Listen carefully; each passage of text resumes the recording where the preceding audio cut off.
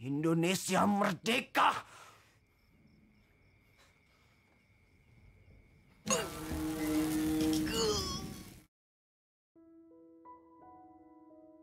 Setelah kemerdekaan Indonesia pada tahun 1945, Belanda yang ingin membuat negara boneka di Asia akhirnya kembali datang ke Indonesia dengan bantuan dari sekutu. Namun, rakyat Indonesia yang tak ingin dijajah untuk yang kesekian kalinya akhirnya melakukan perlawanan kepada Belanda dan terjadilah revolusi Indonesia pada saat itu.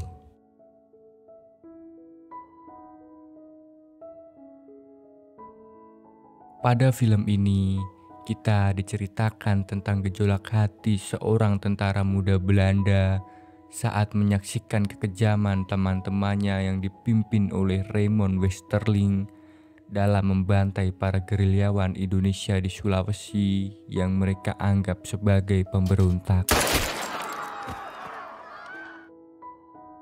Pada tahun 1946, seorang pemuda bernama De Vries memutuskan untuk bergabung ke militer kerajaan Belanda. Pada saat itu juga, De Vries dikirim ke Indonesia untuk mengejar para gerilyawan Indonesia yang saat itu mereka anggap sebagai pemberontak. Gif dat ook in het hoofd van de Japanse marionet Sukarno is gekomen. Setibanya di Indonesia, Vries ditugaskan untuk memburu gerilyawan di Semarang bersama tentara muda yang lainnya. Pemimpin pasukan saat itu melarang mereka untuk menyerang warga sipil agar mereka mendapat kepercayaan dari pribumi untuk kembali berkuasa di Indonesia. Saat berada di pasar, Vries melihat tentara Jepang yang sedang menghajar dan ingin merampas barang milik pribumi. Vries lantas menghampiri untuk melerainya. Namun, datang perwira tentara Belanda bernama Raymond Westerling atau yang biasa dipanggil Truk oleh para pasukan Belanda. Tanpa basa-basi, Truk langsung memukul tentara Jepang itu dan meminta mereka untuk pergi dari sana. Weapons down, put the stuff back inside and get lost.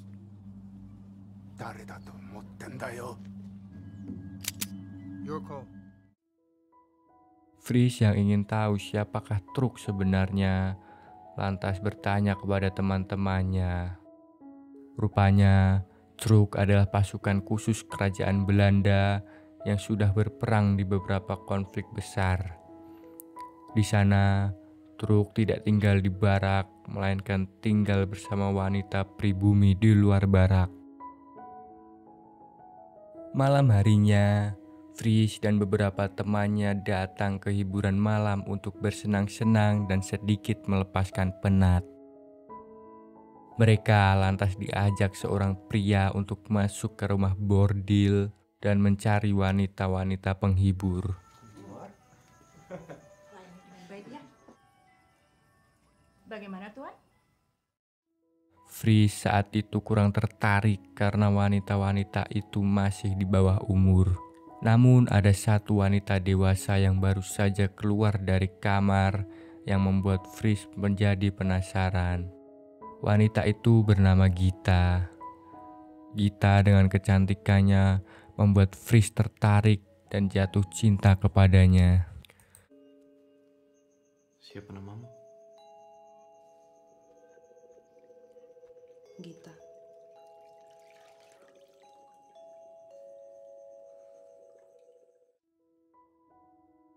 Setelah bersenang-senang, keesokan harinya, Vries dan kawan-kawan melanjutkan pencarian mereka.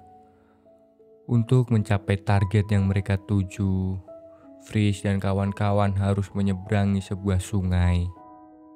Saat sedang menyeberang, tiba-tiba mereka diserang oleh gerilyawan Indonesia.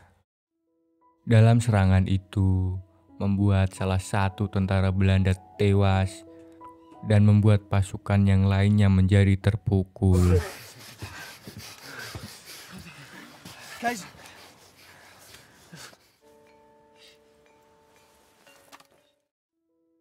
Untuk melupakan kesedihannya, mereka pun datang ke bar untuk minum-minum. Namun saat itu Matthias yang mabuk berat mengolok-olok Ratu Belanda dan membuat tentara yang lainnya tidak terima hingga terjadi kerusuhan di sana. Wat je tegen Hare Majesteit gezegd hebt. Neem terug. Tak lama petugas keamanan pun datang dan membuat Fries dan temannya lari dari bar itu. Rupanya Fries lari ke rumah bordil yang mereka datangi kemarin untuk kembali mencari Gita dan memaksanya untuk. Esok harinya, Fries diberitahu oleh temannya jika orang yang menyerang mereka kemarin telah ditangkap. Para prajurit yang ada di sana lantas mendekat untuk menghajarnya. Namun, belum sempat Fries ikut menghajar, pemimpin mereka lantas menghentikan dan membawa gerilyawan itu untuk diinterogasi.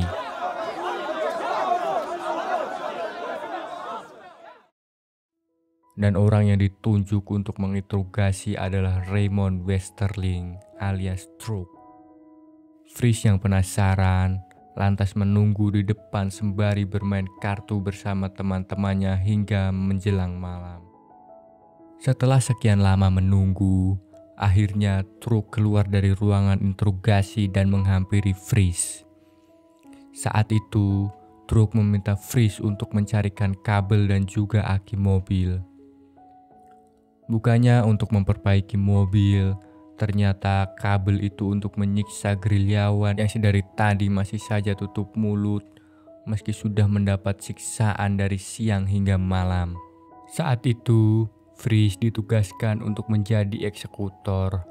Meski awalnya Fries ragu, namun akhirnya Fries memberanikan diri setelah teringat dengan temannya yang sudah tewas.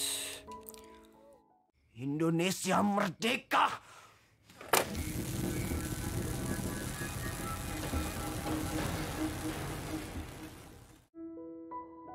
Berpindah saat Fries sedang bertugas menjaga gerbang markas. Saat itu, datang seorang warga lokal yang ingin meminta tolong kepada Belanda untuk membebaskan anaknya yang disandra oleh para gerilyawan Indonesia. Saya punya informasi penting tentang gerombolan dari Semarang. Namun saat bertemu komandan pasukan Belanda, sang komandan itu langsung menolaknya karena rumah orang itu berada jauh di dalam wilayah gerilyawan Indonesia. Kalau dari arah sini, kita menuju sini. Fries yang berkeinginan menolong orang itu lantas mengajaknya untuk menemui Truk. Setelah mengetahui maksud kedatangannya, tanpa basa-basi, Truk lantas meminta orang itu untuk menggambar peta jalan dan rumah di desanya. Dan Truk akan bergerak tengah malam nanti. Kamu pemberani. Sebelum Fries pergi dari tempat itu, Truk mengatakan jika Fries ingin ikut, dia diminta datang tepat tengah malam nanti. Is goed. Malam harinya, Fries pun datang ke rumah Truk. Di rumah itu, Fries bertemu dengan Samuel, orang yang pernah terlibat keributan dengannya di bar waktu itu. Samuel merupakan orang asli Indonesia yang memilih bergabung ke militer Belanda. Johan. Sama. Pada saat itu juga, mereka mendatangi kampung tempat gerilyawan Indonesia berada. Truk bergerak dengan senyap dan menghabisi orang-orang yang sedang berjaga malam itu. Hingga akhirnya, Truk dapat menemukan Sandra yang mereka cari.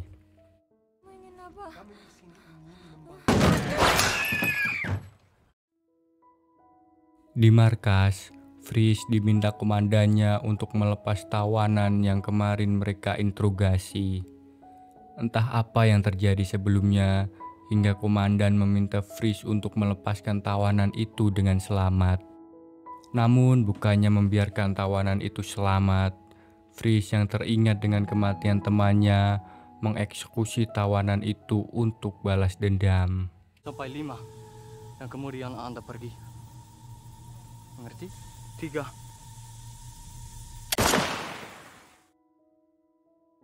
Setelah mengeksekusi gerilyawan itu, Fries lantas pergi ke rumah Truk dan mencari informasi dari gerilyawan Indonesia yang berkhianat.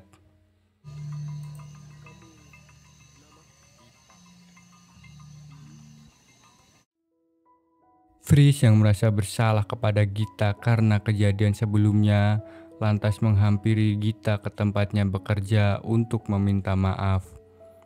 Sebagai permintaan maaf, Fries memberikan Gita sebuah baju dan beberapa uang untuk Gita dan anaknya.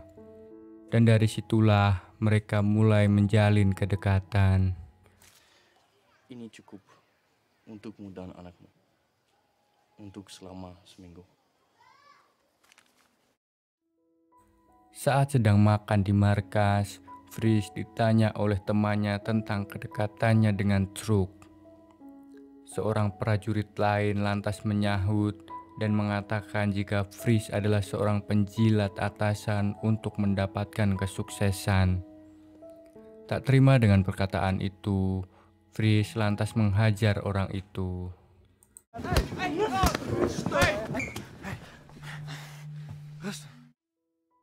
Malam harinya, Fries kembali pergi bersama Truk.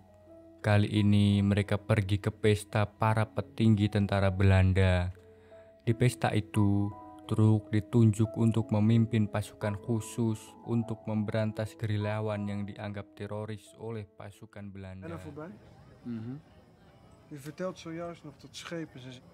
Ik garandeer dat je volledige vrijheid krijgt om het op jouw manier te doen. Truk lantas memilih dan melatih pasukan yang akan menjalankan misi bersamanya.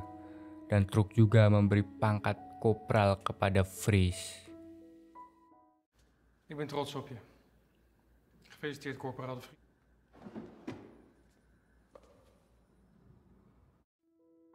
Tugas pertama Fries sebagai kopral, Truk memerintahkan Fries menangkap tentara Belanda yang menjual minyak kepada gerilyawan Indonesia.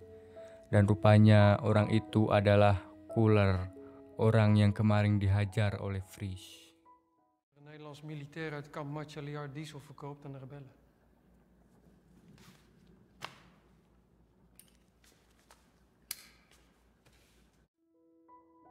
Setelah pasukannya siap untuk bertempur, Truk lantas menemui atasannya di landasan pacu.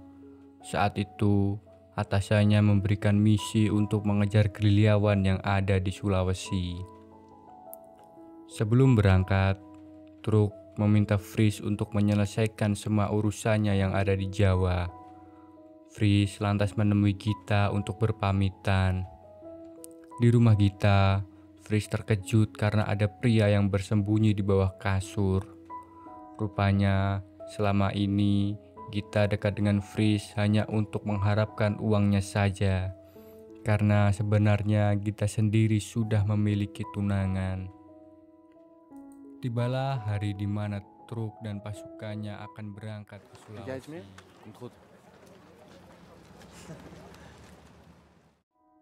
Setibanya di Sulawesi, Truk mulai menunjukkan kekejamannya. Dengan alasan melindungi warga dari teroris, Truk yang sudah mengantongi nama-nama gerilyawan yang bersembunyi di desa itu langsung mengeksekusinya tanpa dipastikan kebenaran info yang dia dapatkan. Puang Side! Apakah kamu Puang Side? Fries yang tidak setuju dengan tindakan yang dilakukan oleh Truk, malam harinya dia langsung menghadap Truk dan menyampaikan jika dia keberatan karena mereka tidak menyidang para pejuang itu untuk memastikan kebenarannya, malah langsung mengeksekusinya di tempat. Het is een kwestie van de juiste informatie hebben. En wat als die informatie niet klopt? Dat is onmogelijk. Fries yang tak bisa berbuat apa-apa, esok harinya Fries kembali mengikuti permainan Raymond dan kembali mengeksekusi pejuang yang mereka anggap sebagai teroris. Kali ini malah Fries diminta menjadi salah satu eksekutor. Dengan berat hati, Fries yang tidak bisa menolak perintah terpaksa menembak para pejuang itu.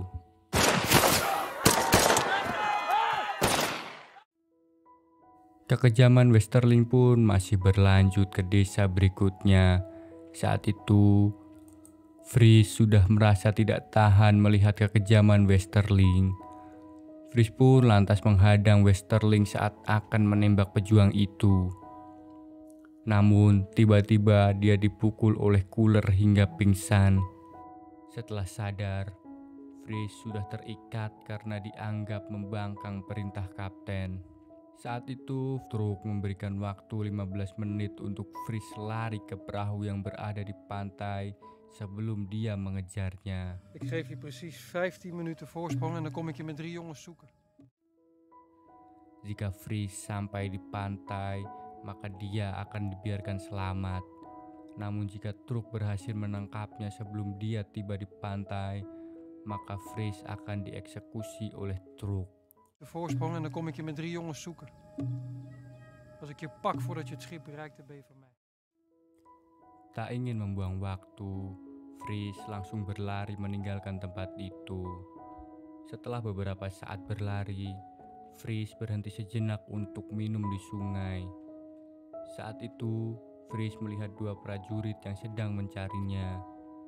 Salah satu orang itu adalah Cooler. Tak ingin tertangkap, dengan senyap Fries lantas menghampiri Cooler dan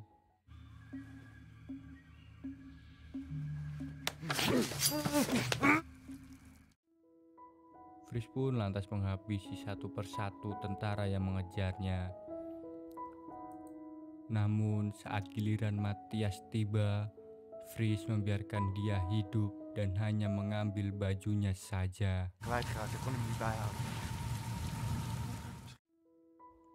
Akhirnya Fries berhasil tiba di pantai. Namun saat akan naik ke perahu, Raymond Westerling tiba-tiba muncul dan menodongkan pistolnya ke arah Fries. Fries yang sudah tidak peduli lagi dengan keselamatannya, memilih berjalan santai menuju perahu, dan akhirnya Fries ditembak Raymond dari belakang. Untungnya tembakan Raymond itu tidak mematikan dan Raymond membiarkan Fries untuk tetap hidup. Nou, soldaat, stel je niet zo aan. Het is maar een vlees. Setelah semua yang dialaminya, saat pulang ke Belanda, Fries yang dihantui rasa bersalah lantas mencari Raymond Westerling yang saat itu sudah pensiun dan menjadi pemain opera.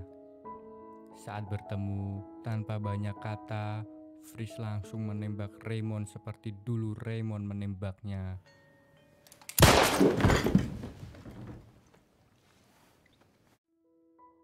Dan film pun berakhir dengan Fries yang menembak dirinya sendiri karena sudah tidak tahan dihantui rasa bersalah.